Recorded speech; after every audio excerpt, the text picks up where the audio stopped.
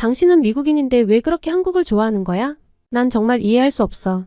여기 남편을 따라 얼마 전 한국으로 오게 된 일본 여성이 있습니다.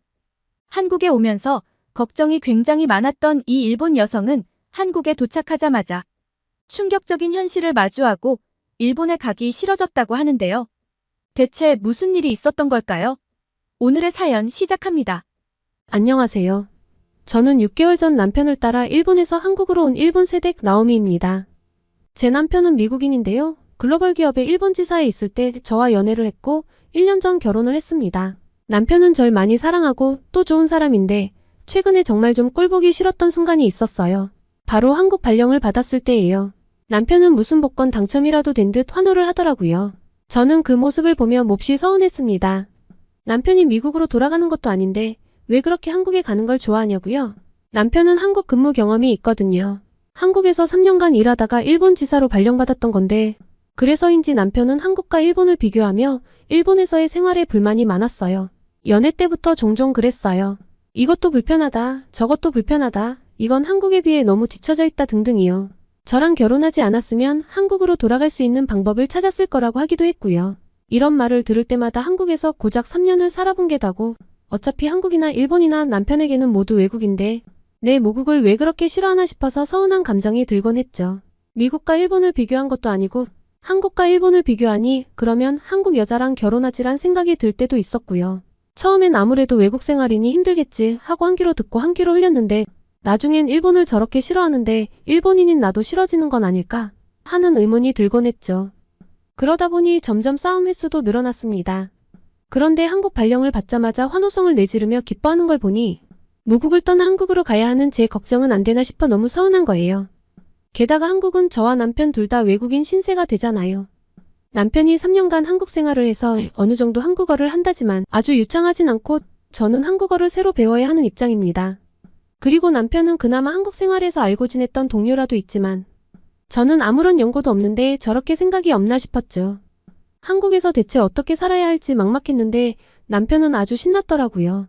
주말을 이용해 한국을 왔다 갔다 하며 한국에 살 집을 구하고 이것저것 주문을 하고 한국에 가는 날짜를 카운트하는 남편을 보고 있자니 속이 부글부글 끓었습니다. 남편은 제가 한국에서의 생활에 잘 적응할 수 있을 거고 한국에서 지내다 보면 일본에 다시 돌아가고 싶지 않을 거야. 나는 미국보다 한국이 좋더라고. 하는데 웃기지도 않았죠.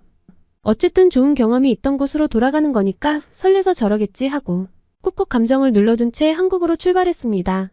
이때까지는 서러운 감정과 불만, 걱정, 두려움들이 온통 뒤섞였던 것 같아요. 그런데 이런 복잡 미묘한 감정이 한국에 도착해서 저희가 살 집으로 도착하자마자 당황스러움으로 바뀌었습니다.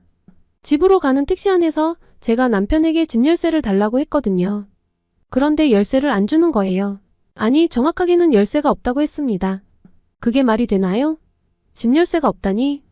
집 도착해서 이것저것 자잘하게 사러 왔다 갔다 해야 할 테니 짐도 많은데 택시에서 내리기 전에 장난하지 말고 먼저 달라고 했는데 계속 없다고 하더라고요. 집 열쇠가 없으면 어떻게 들어가냐고 거짓말하지 말라는데 제 황당한 얼굴을 보더니 마구 웃는 거예요. 가뜩이나 한국에서 생활할 것이 걱정도 되는데 집 열쇠도 안 주고 열쇠는 없다는 헛소리나 하면서 웃다니. 저는 공항에서 집으로 가는 택시 안에서 서러움의 눈물을 흘렸습니다. 제 눈물을 보고서야 좀 진지해지더라고요. 그런데 입 밖으로 낸 말이 뭔지 아세요? 널 놀리거나 그런 게 아니라 나오미, 진짜 집 열쇠는 없어. 진짜 짜증이 났습니다. 말도 안 통하는 타국에서 정말 왜 그럴까요? 남편은 저를 달래며 진짜 없는데 없는 걸 어떻게 있다고 하냐며 도착해보면 알 거라고 그만 울라고 하더라고요. 그리고 도착한 아파트 앞에서 저는 깜짝 놀랐습니다. 공동현관을 들어가는데 비밀번호를 치고 들어가고 현관문 앞에서도 그냥 비밀번호만 찍고 들어가더라고요. 일본은 공동현관도 개인 집의 현관도 열쇠로 여는 곳이 아직도 많거든요. 좀 세련된 집이라면 열쇠 안에 칩이 내장되어 있어서 열쇠를 찍으면 문이 열립니다. 비밀번호 도어락을 쓰는 곳들도 있다고는 하는데 제 주변에서는 거의 본 적이 없어요. 일본은 도어락이 아주 보편화되어 있진 않거든요. 열쇠가 더 안전하다고 생각하는 경향이 있죠. 제 본가만 해도 열쇠를 쓰거든요. 한국 드라마를 볼 때 현관문이 삐리릭 하는 소리를 내며 열리고 잠기는 장면을 보긴 봤지만 비밀번호를 찍고 들어가는 도어락일 거라곤 생각을 못했습니다. 열쇠로 열면 저런 소리가 나는 문이구나 라고 제멋대로 생각을 했죠. 정말 당황스러웠고 그 다음은 무서워졌습니다. 보안 문제가 괜찮을까 싶었어요. 처음엔 밤에 잠을 제대로 못 잔 날도 있을 정도였죠. 물론 지금은 두 발 뻗고 잘 잡니다. 치안에 대해서는 문제가 없는 나라라는 걸 아니까요. 경험해보니 충분히 안전하고 또 열쇠 뭉치를 들고 다니지 않아도 되니 편리한 방식인데 왜 일본은 이런 비밀번호 도어락이 많이 퍼지지 않았을까요? 남편은 종종 일본은 너무 변화가 느리고 답답하다고 이야기를 하곤 했어요. 일본에 대한 안 좋은 이야기들이라 대충 듣고 넘겼는데 이런 걸 이야기하나 싶었습니다. 사실 경험해보니 저도 이제 열쇠 뭉치는 못 들고 다닐 것 같아요. 일본에서 열쇠를 잃어버리면 열쇠 수리를 해주는 분이 오는 것만 최소 2-3시간이 걸리는데 비용도 최소 50만 원은 들거든요. 열쇠 종류에 따라 90만 원 가까이 나오는 경우도 있어요. 사실 현관문 열쇠가 없으면 긴급한 일이니 부르는 게 값이니까요. 듣자 하니 한국도 원래는 열쇠를 썼는데 굉장히 빠른 시간 안에 도어락으로 대부분 교체되었다던데요. 한국 분들은 도어락으로 교체될 때 거부감이 없었는지 궁금합니다.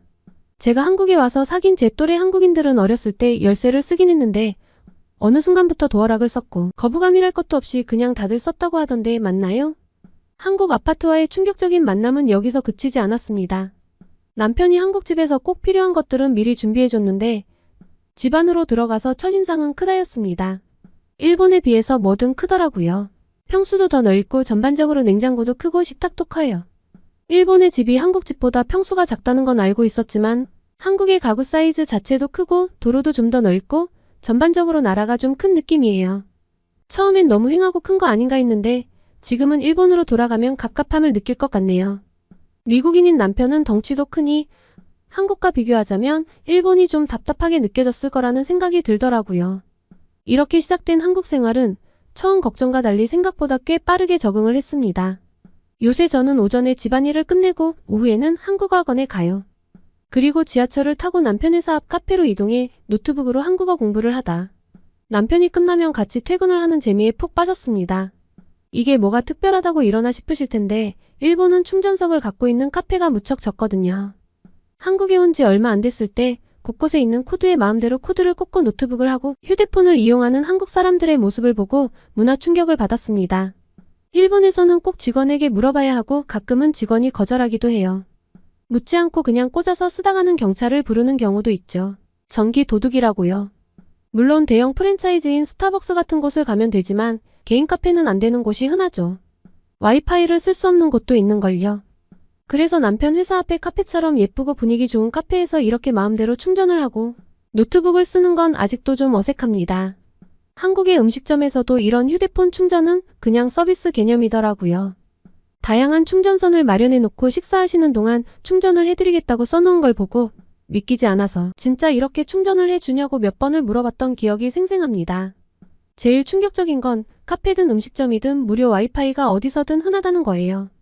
일본에서는 무료 연결이 가능한 경우가 없거나 연결이 되더라도 등록이 필요하거나 등록을 해도 자주 갱신해야 하거나 해서 사용이 원활하지 않을 수 있거든요.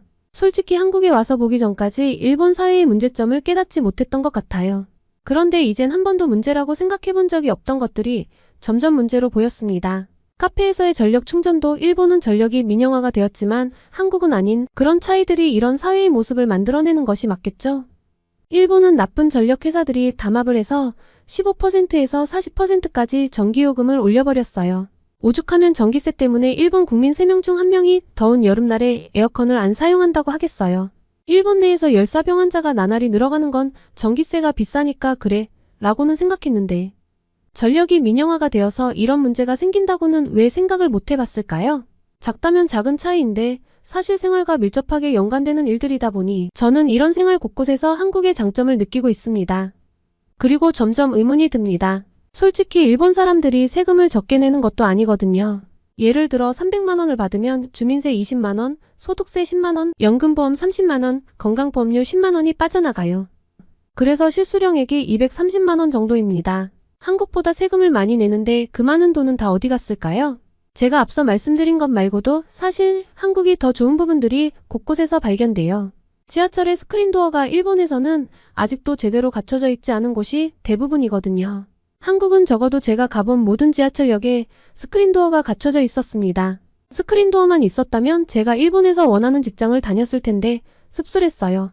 예전에 중요한 면접을 보러 집을 나섰다가 면접을 망친 적이 있거든요. 전철을 타러 갔는데 인명사고가 지하철역에서 난 거예요. 지연이 엄청나게 되었고 전 결국 면접 시간에 늦었죠. 급한 마음에 제대로 대답도 못했고 어버버버 하다가 면접을 망쳤어요.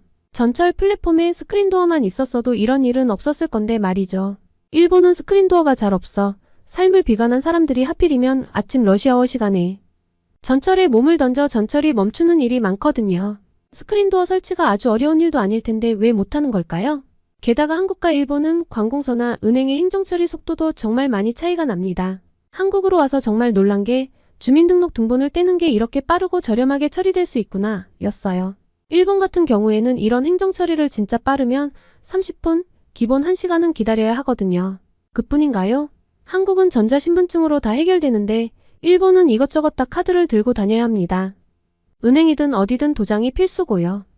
그런데 한국은 도장도 안 쓰더라고요. 한국에서 도장을 쓰는 걸 전 거의 못 봤던 것 같아요.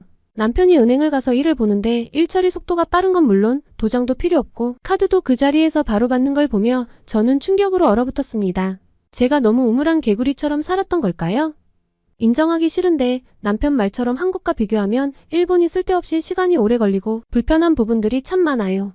한국이 했다면 일본도 할 수 있을 것 같은데 일본은 왜 생활 곳곳이 불편한 채로 놔둘까요? 그렇게 많이 걷어간 세금들은 다 어디 갔을까요? 제가 이런 이야기들을 일본의 가족들에게 하면 너 한국인 다 된 거냐며 우리는 별로 불편함을 못 느끼는데 왜 그래? 라고 하는데 일본의 가족들도 한국의 이런 면들을 제대로 경험하면 저처럼 충격에 빠지지 않을까요? 남편도 미국에서 한국으로 처음 왔을 때 저처럼 한국의 발전상에서 쇼크를 받았다고 해요. 미국도 행정처리 느리고 대중교통 치안 안 좋고 그러잖아요. 그래서 저같이 미국의 모든 것들이 한국과 비교가 되었다고 하네요. 남편 말로는 한국에 외국인들이 와서 산다면 자기처럼 모든 면면들이 많이 비교가 되어서 아마 다들 한국에 와서 살고 싶어 할 거라나요. 저보고는 한국의 참맛을 알게 되었으니 너는 이제 일본에 가서 못 산다고 놀리는데 분하지만 솔직히 좀 인정해요. 얼마 전 부모님을 뵈러 일본에 갔다 왔는데 이런 불편함들이 너무 눈에 보여서 저도 모르게 한국과 비교를 하고 있었던걸요. 그리고 생활 전반 말고도 한국 사람들의 남다른 넉넉한 인품도 정말 저에게는 놀라워요. 이게 한국인들의 정인가 싶었는데요. 남편이 집 근처에 맛있는 분식집이 있다고 하는 거예요. 저는 떡볶이는 매워서 못 먹지만 한국의 순대와 튀김을 좋아해요. 한인타운에서 먹어본 적 있거든요.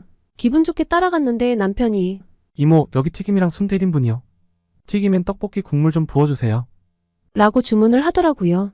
저는 너무 당황했습니다. 일본에서는 저렇게 주문하면 안 되거든요. 안절부절 못하는데 분식집 아주머님께서는 튀김에 떡볶이 국물을 부어주시고 매울 텐데 괜찮겠냐며 어묵 국물도 따로 주시더군요. 그리고 단무지도 내어주시는 거예요. 저는 떡볶이 국물과 어묵 국물은 얼마를 내야 하지? 아예 어묵을 준 건 아닌데 이건 반값인가? 단무지는 얼마지? 메뉴판에 없는 것 같은데?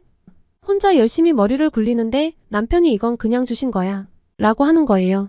너무 놀라서 눈이 휘둥그레해졌는데 남편이 한마디를 더 덧붙이더군요. 내가 그래서 일본 사람들이 정이 없다고 한 거야.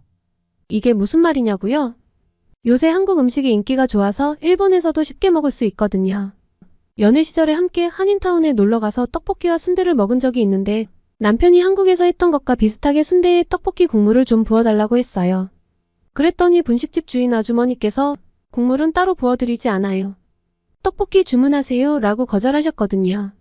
어묵 국물도 어묵을 주문해야 먹을 수 있다고 해서 저희는 그때 다 먹지도 못할 만큼 많은 양을 시켜서 남기고 나왔던 기억이 있습니다. 남편이 그때 엄청 투덜거렸거든요. 저 주인 한국인 아니지? 분명 일본인일 거야. 라면서요. 저는 그때도 일본인이 맞는데 그게 뭐가 어때서. 당연히 안 시킨 걸 달라니까 그렇지. 라며 화를 냈었는데 한국에 와서 보니 김밥 한 줄만 시켜도 김치에 단무지에 국물도 내어주고 식당에서도 다 먹은 반찬은 리필도 해주는 거예요. 정이 많은 걸까요? 아니면 다들 일본인보다 부자인 걸까요? 일본은 동네의 흔한 규동집에서도 작은 종지에 들어있는 단무지, 절임, 그리고 김치까지 다 돈을 받거든요. 무료로 먹을 수 있는 게 있긴 있어요. 초생강이요. 한국에 비하면 야박하기 그지없죠. 한국 사람들의 넉넉함과 인심, 정은 사실 한국에 와서 사귄 동네 친구들에게서도 많이 느낍니다.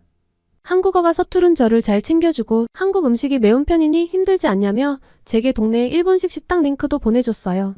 일본 사람들은 대체적으로 남의 일에 깊게 상관을 안 하려고 하거든요. 물론 친해지면야 다르지만 친해지려면 한참 시간이 걸리는데 한국 사람들은 먼저 다가와 주더라고요. 그래서 걱정스럽던 한국 생활도 잘 적응해 나가고 있습니다. 모든 게 어색했던 제게 먼저 다가와준 한국 친구들에게 정말 고마운 마음이에요. 그리고 솔직하게 말하면 일본으로는 다시 돌아가고 싶지 않아요. 미국도 일본도 싫고 한국에서 지내고 싶어 하던 남편 마음을 100% 이해하게 됐거든요. 지금 이렇게 온돌바닥에 남편과 맨발로 돌아다니고 있는 지금은 더더욱이요. 일본 겨울이 별로 안 춥다고는 해도 겨울에 집안이 정말 썰렁해요. 코타츠니 전기장판이니 이것저것 다 끌어다 써도 코가 시리거든요. 에어컨 온풍 기능을 틀어봤자 건조한 공기 때문에 힘들고요. 신축 맨션에 살면 다르겠지만 누구나 비싼 맨션에 살 순 없잖아요. 그런데 한국 아파트는 일단 일본에 비해 단열도 더 잘 돼요. 무엇보다 바닥이 따뜻하니 집안 공기 자체가 너무 훈훈한데 건조하지도 않아서 제 피부는 더 좋아졌습니다. 씻고 뭘 바르지 않아도 건조하지 않다니 완전 신세계죠. 일본에서 열심히 가지고 온 털슬리퍼며 발랄로며 이불이며 핫팩은 필요가 없어졌고요. 집을 한국처럼 지으면 쓸데없는 방한용품을 안 사도 되는데 일본은 왜 안 되는 걸까요? 남편과 둘이 소파에 등을 기대고 앉아 한국에서 가급적 오래오래 지내고 싶단 말을 하는 요즘입니다. 한국 생활을 몇 년간 더 할 수 있을지 모르겠지만 다른 나라로 가게 되면 한국과 비교가 되어서 못 살 것 같은데 걱정입니다. 그러고 보니 궁금하네요. 한국에서 일본으로 가신 분들은 답답해서 어떻게 살고 계실까요? 오늘은 남편을 따라 한국으로 온 일본 여성의 사연이었습니다. 오늘의 사연 어떠셨나요? 오늘의 사연이 마음에 드셨다면 구독과 좋아요를 눌러주세요. 여러분의 구독과 좋아요는 계속해서 좋은 사연을 소개할 수 있는 힘이 됩니다. 이상 감동저장소였습니다.